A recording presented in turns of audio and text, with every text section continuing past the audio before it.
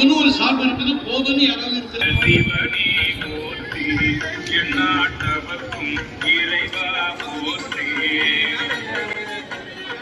Hello friends, आज हम कांचीपुरम के एकाम्बरेश्वर टेम्पल में हैं।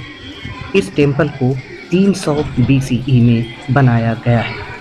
संगम लिटरेचर मनी मेघलाई में भी इस मंदिर का जिक्र मिलता है जो 300 BCE में लिखी गई है।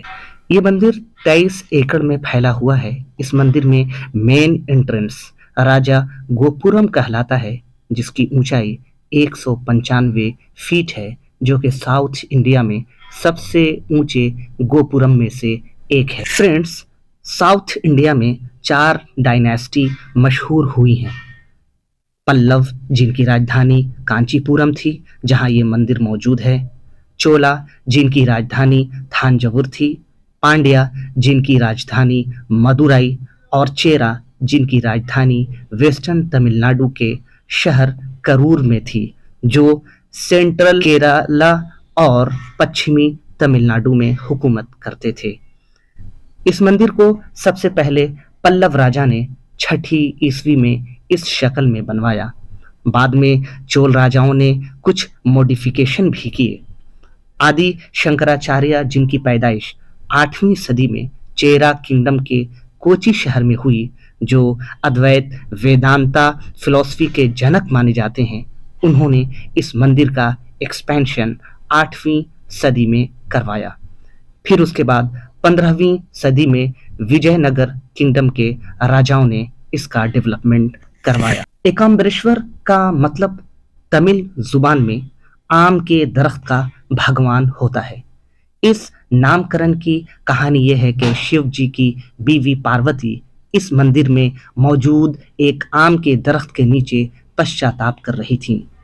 उनकी भक्ति को आजमाने के लिए और टेस्ट करने के लिए शिव जी ने आग का गोला उन पर बरसाना शुरू किया।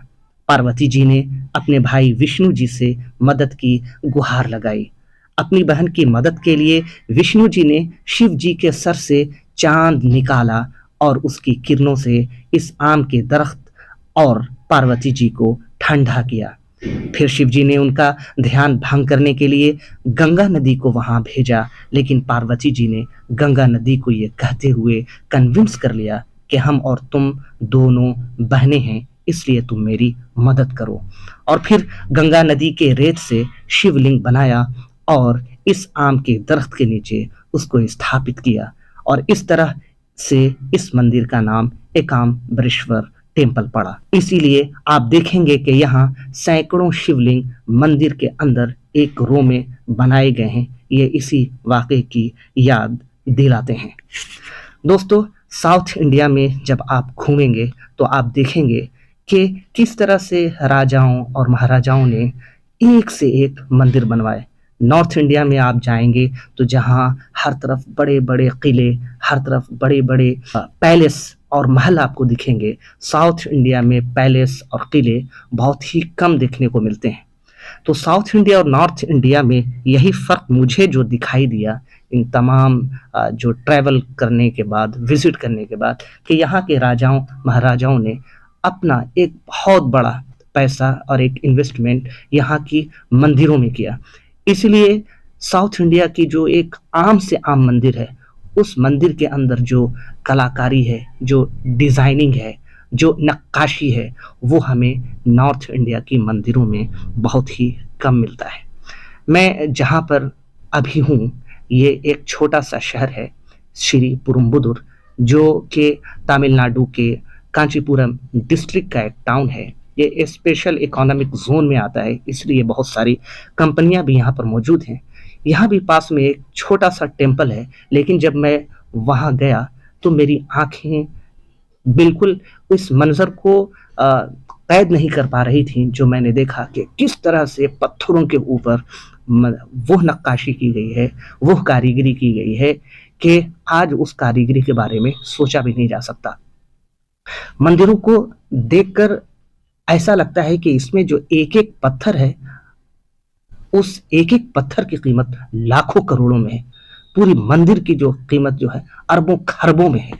इतनी अच्छी नक्काशी और इतनी सफाई और सुथराई से बनाया गया है कि अकल हैरान है कि आज से हजारों साल पहले किस तरह से साउथ इंडिया के लोगों ने इतने भव्य, इतने शानदार मंदिरें बनाई।